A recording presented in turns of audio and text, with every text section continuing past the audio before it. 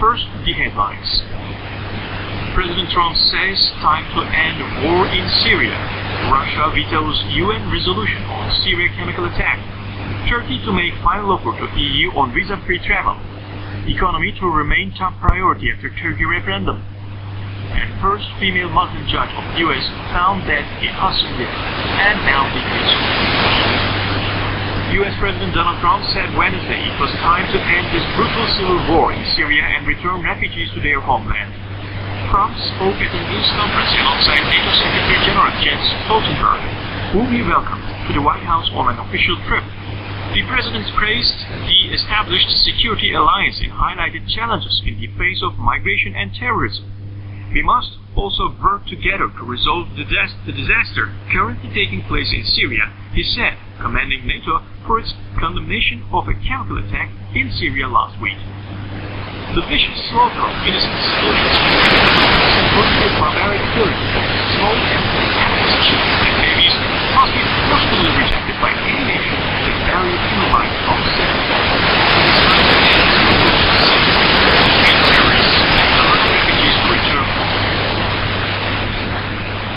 Russia on Wednesday shut down a UN Security Council draft resolution that would have condemned a chemical weapons attack in Syria that killed scores earlier this month.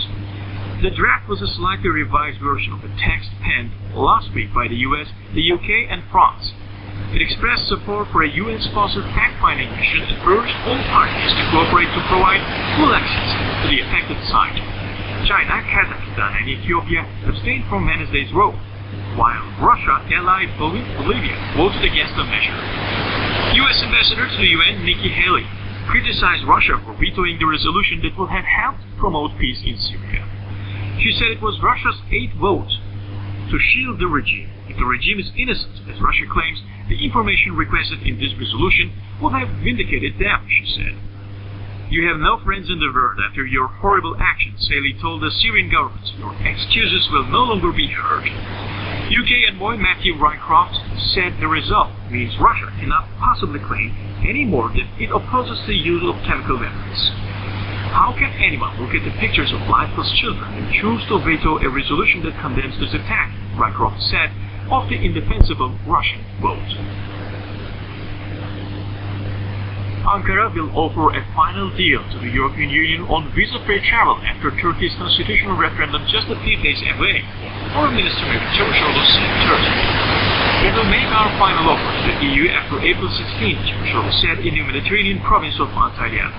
We will then decide how to proceed and make our position publicly known. We need to get visa-free travel. This is part of the latest migrant deal we signed.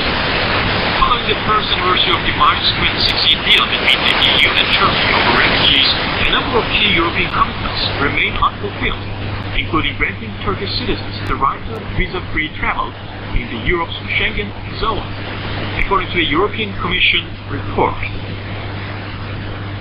Released last month, to get the visa waiver, Ankara needs to fulfill 7 outstanding criteria out of a total of 72, including revising legislation and practices on terrorism in line with European standards. Ankara has ruled out any such revision. The March 2016 deal also envisages a one-for-one formula under which failed asylum seekers in Europe will be returned to Turkey, while Syrian refugees will be resettled in EU states under a quota system. But a report released by the European Commission this week found the numbers promised in the deal have not been realized.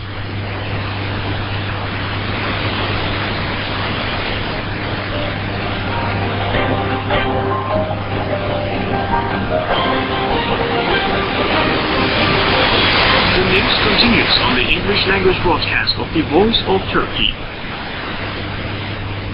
Economic development will continue to be the top priority after Turkey's referendum on April 16, Finance Minister Naci Ağbal said on Thursday. Speaking to one of the agency's editor's desk in Ankara, Ağbal said the government will discuss additional support and incentives to boost economic activities in the country. The economy will also have two main pillars. The first one is structural reform. The second is new support and incentives to further strengthen economic recovery, he said. The measures will positively impact the exchange rate, interest rates, economic growth and capital inflow after April 16, he said. The minister said Turkish economy's recovery in the last quarter of last year came on the back of a government incentive and support. The finance minister also said the government will maintain fiscal discipline in the coming months. We will never give up fiscal discipline, he added. A groundbreaking black jurist who became the first Muslim woman to serve as U.S.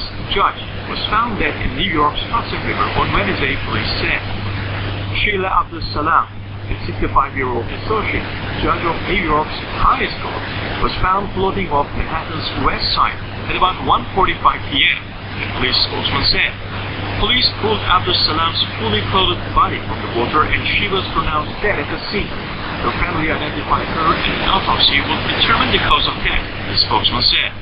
Abdul Salam, a native of Washington, D.C., became the first African-American woman appointed to the Court of Appeals when Democratic Governor Mario Cuomo named her to the state's High Court in 2013. And that was the news brought to you by the Voice of Turkey.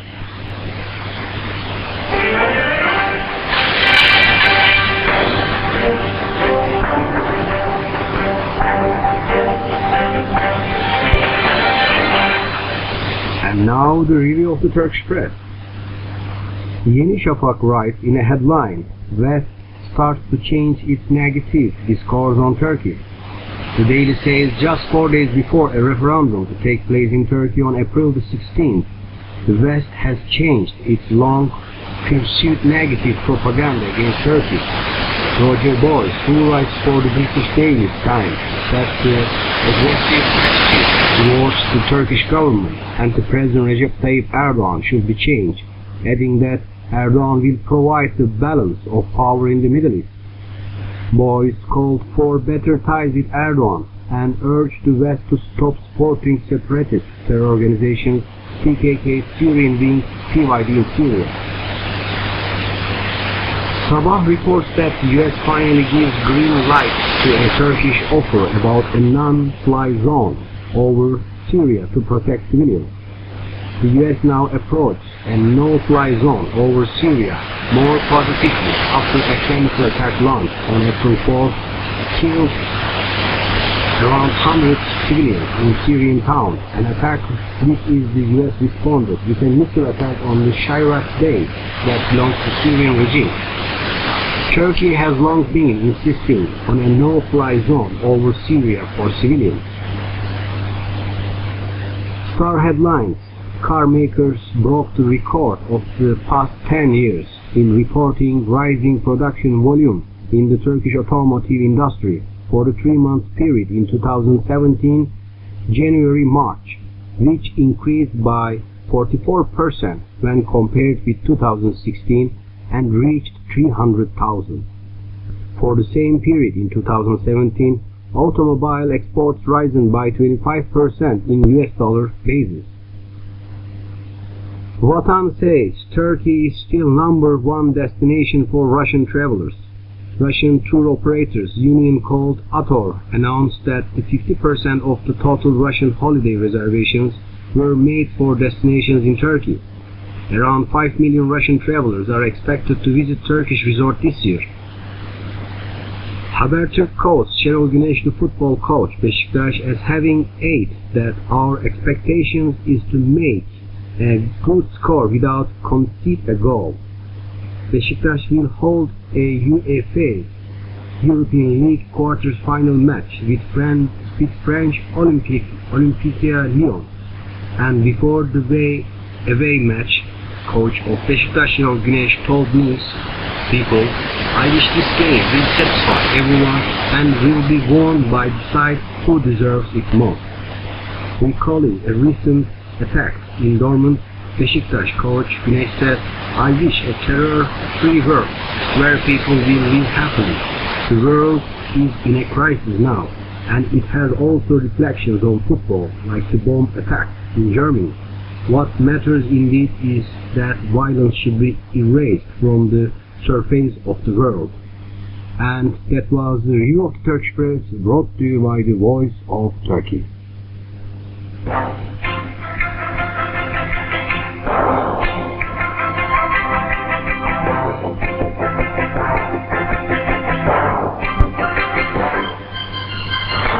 The Middle East through Turkey's window.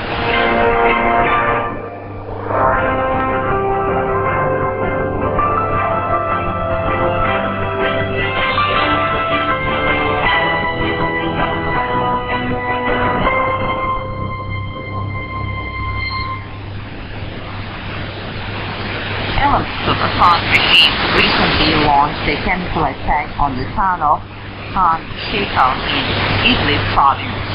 In this edition of the Middle East through Turkey's window, we will analyze the chemical massacre in Idlib and its impact on the region. Here is an assessment on the subject by Cemil Doğancık, research assistant at Atatürk University, Department of International Relations.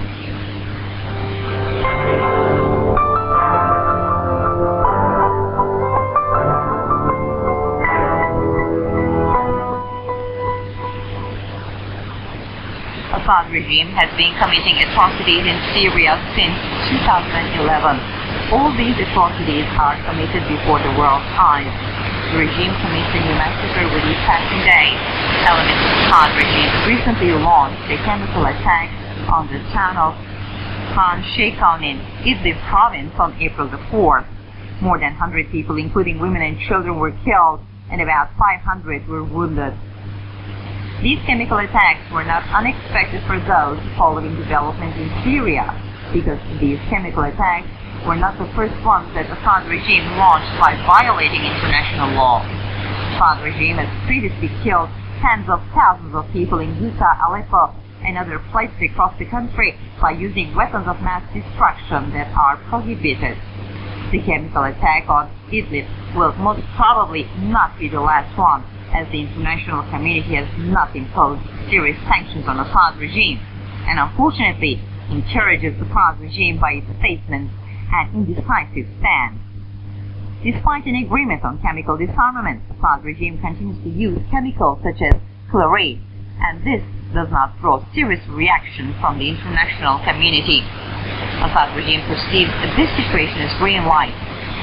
Chemical attacks in Syria are the result of weak policies of the international community. The UN Security Council is about to lose its legitimacy by remaining silent on these attacks.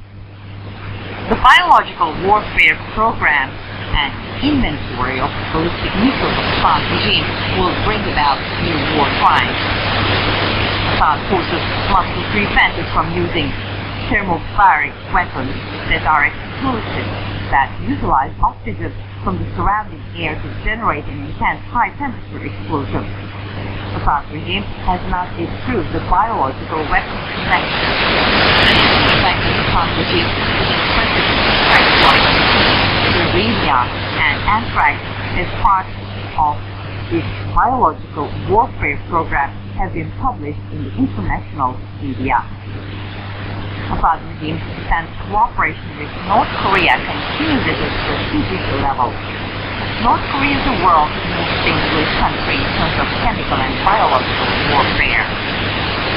Idlib is at a crossroads of important areas. The population in the area controlled by opposition groups is about 2 million due to forced migration. This is the most important stronghold of the opposition in Syria.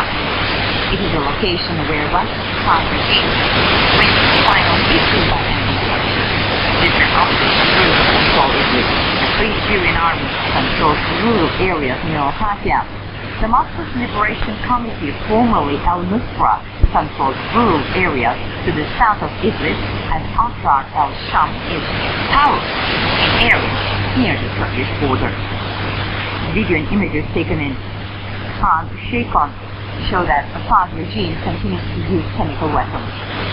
This situation is clearly a violation of UN Security Council resolutions number 2118 and 2209. This incident has revealed the extent to which the respectable Western countries that do not regard Assad regime as a threat is wrong. Assad regime is the source of the Syria crisis. It cannot be established in Syria unless Assad regime leaves. The international community should react to these attacks. All international organizations, and particularly the Organization for the Prohibition of Chemical Weapons, should investigate such attacks. The Republic of Turkey has made intense efforts for a ceasefire to take effect in Syria on December the 30th, 2016. Turkey tried and succeeded in making opposition groups that are a party to the ceasefire to abide by it. Russia and Iran took responsibility to enable the Syrian regime and its supporters to abide by the ceasefire. However, it seems that Russia and Iran do not exert necessary efforts on this issue, for Assad regime does not listen to Russia and Iran.